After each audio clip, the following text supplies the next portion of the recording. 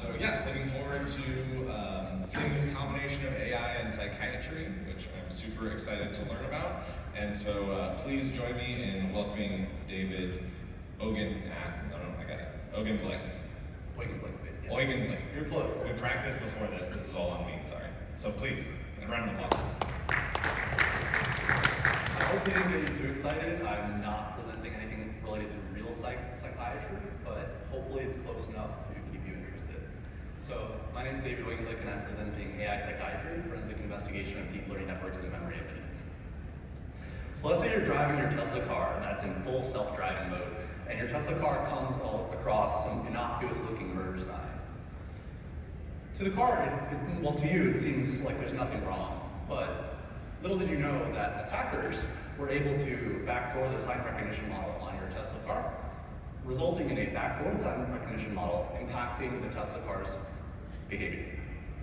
So the Tesla car actually ignores what it's supposed to do at the merge sign and ends up getting into some sort of accident. Thankfully, Detective Pikachu is called into the rescue to investigate what happened. So Pika's first suspect is the sign recognition model.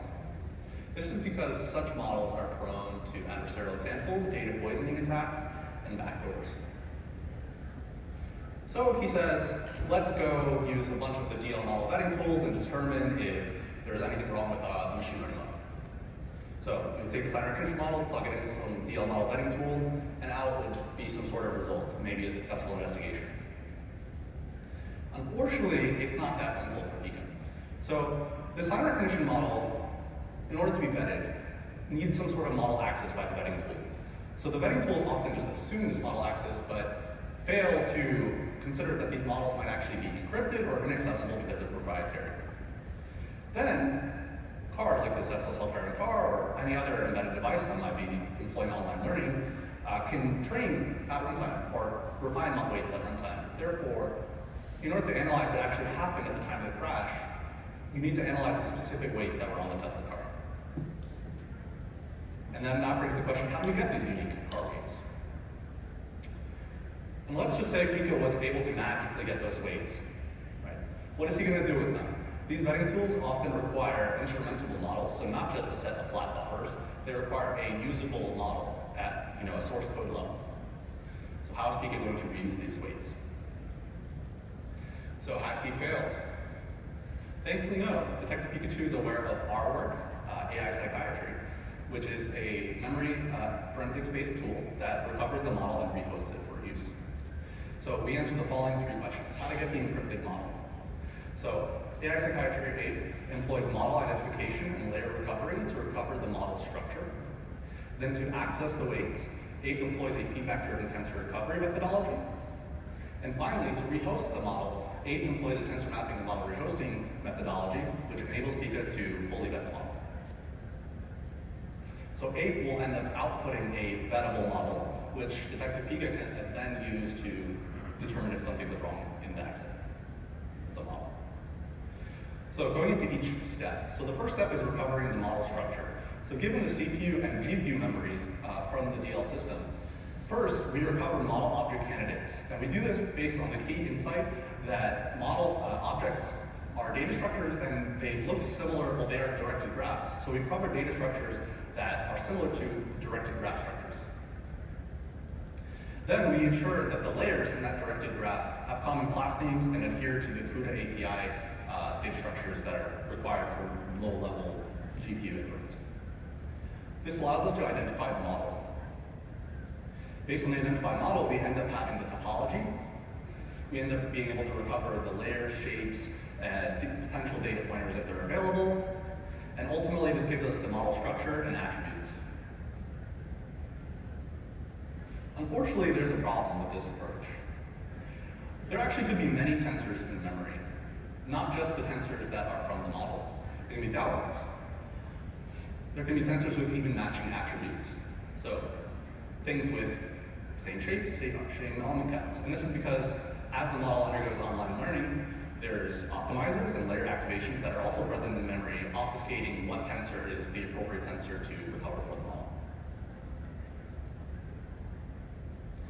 Tensors can also be distributed across either the CPU or the GPU. So determining where to actually recover your tensors, depending on whether the investigator or the user has moved tensors to the CPU or to the GPU, you need to know that information in order to recover the correct tensors.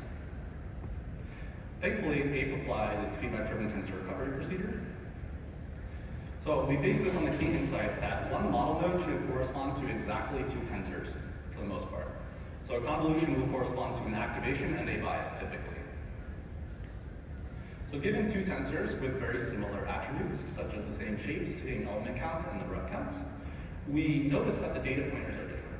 So we feed these 2 tensors into APE's feedback-driven tensor recovery methodology, and one of them must be wrong, because since we know that one part of that tensor should correspond to exactly one, or one part of that operation should correspond to exactly one tensor, one of those 2 matching identical tensors should be wrong. So we apply this criteria, and we're able to deduce that the second tensor was actually wrong because it had an invalid data pointer that was neither in the CPU or GPU memory space, and was just waiting to be overwritten in memory.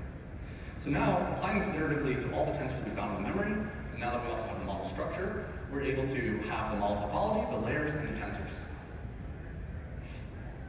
Finally, to rehost the model, we have a set of all our recovered tensors, and we have the model structure. In order to actually reuse the model, we need some sort of environment setup. This is after recovery. So this might be your Python framework with PyTorch or TensorFlow or whatever. So given your tensors that you've recovered from memory, those tensors are typically flat buffers as recovered. They're stored in an intermediate representation, such as a NumPy array first. Then they're mapped to model nodes, so operations. And finally, we use some sort of the framework-specific API to lift that tensor into a model reusable tensor. Applying this iteratively to each tensor in the recovered model tensors, we end up being able to reuse the model. So after this procedure, Pico can finally vet the model completely. So given APE, and given our recovered model that we got from APE, we applied the ML vetting tool. And Pico was able to successfully find the model backdoor thanks to APE. So in terms of our evaluation, we deployed 30 models, 5 model types across 3 different versions of PyTorch and TensorFlow. These models were trained on the Lisa, CFAR10, and IMDb datasets. The input to APE in all these scenarios was the CPU and GPU memories of each of these deployments. We show in this table exactly 10 models from the most recent frameworks that we evaluated. The others are in the paper. For model recovery, we're able to recover models with upwards of 94 million weights with 100% accuracy. We have this 100% accuracy because our recovery is guided by our graph-guided recovery. Then GPU tensors are recovered, so as many as 940 GPU tensors are recovered, and as little as 11 are recovered, depending on model type. Finally, we're able to recover models from different application domains, signifying that we're able to recover operations from different model types. So for rehosting, essentially the most important thing for any sort of forensic investigation is that the rehosted model matches the deployed model. Because if we don't have the deployed model in an identical state, how do we know that we weren't the ones to cause whatever problem that came up post-rehosting? So here, the first metric that we aim to show is that the accuracy of the rehosted model and the accuracy of the deployed model should be exactly the same, given the same data set. And that should indicate successful rehosting. So in our case, it was. So it indicated that we successfully rehosted all the models we evaluated on. Likewise, we should also see that the number of layers rehosted between frameworks should be the same for the same model. So, MobileNet v2 has 4 layer types, MobileNet v2 in PyTorch has 4 layer types, and the same in TensorFlow. So that indicates successful recovery, rehosting. And there's much more in the paper. So there's forensics during online learning, there's investigation of backdoor models, and there's a comparison to black box approaches for forensic investigation of such DL systems. And we give thanks to GTRI, who is our collaborator. And yeah, thank you. Any questions?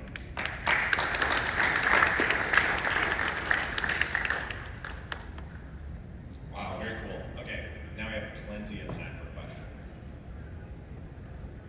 Yes. It is bright, I can't see you. They're up there, don't worry, Trevor. There's a huge line, but the first person all that. Huge line. Hi, from pretty cool talk, thank you. I realize this is unlikely, but you said the models were they had the same accuracy and it implied that they were the same models. Wouldn't it be the case? Wouldn't we look for, say, the same classifications on the same examples rather than the overall accuracy? Yes, that's actually what it is. Okay. By saying accuracy, I mean we have like a set of test data, right? And we apply it to the deployed, like this is just for our evaluation, correct? So we apply it to the deployed model, we apply it to the rehosted model. If they're all the same, and all the classifications are the same, it's correct.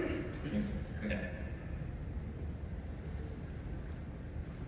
All right, and okay, so I have maybe a very high-level silly question, but which I'm interested in for various reasons, but mostly for capsule flag competitions. So can this technique be used for adversarial model extraction?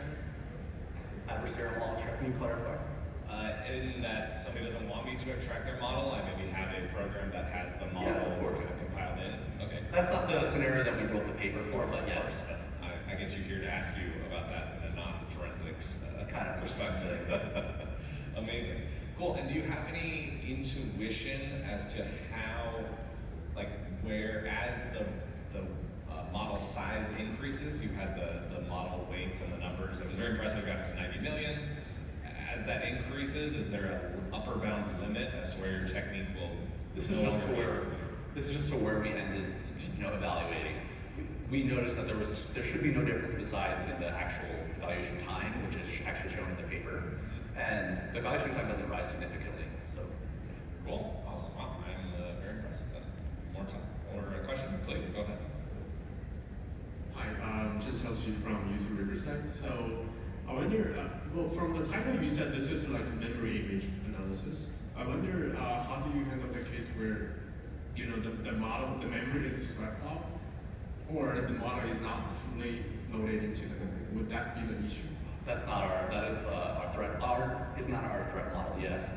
If the model was not loaded in memory, then we would be unable to get it. Similar to how like a binary analysis tool, if you didn't have access to the program, you wouldn't be able to analyze it either. So our assumption is that you are able to get a memory image that is complete.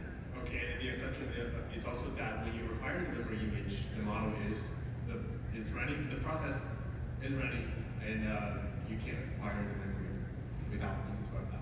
Correct. We evaluated actually during online learning, which indicates that it was running. We actually also, in our base evaluation, we did it post runtime. So we let it run, and then we took it a little bit after. Okay, thank you. Yes. Cool. Any other questions, please? So thank you very much, very good talk. So can you tell me more about how you actually acquire the memory of the GPUs? What do you use to do that? We actually just used NVIDIA CUDA. Okay. Yeah. So it wasn't the GPU memory of the entire GPU, it was the GPU process memory. Perfect. All right. Let's thank our speaker. Thank you.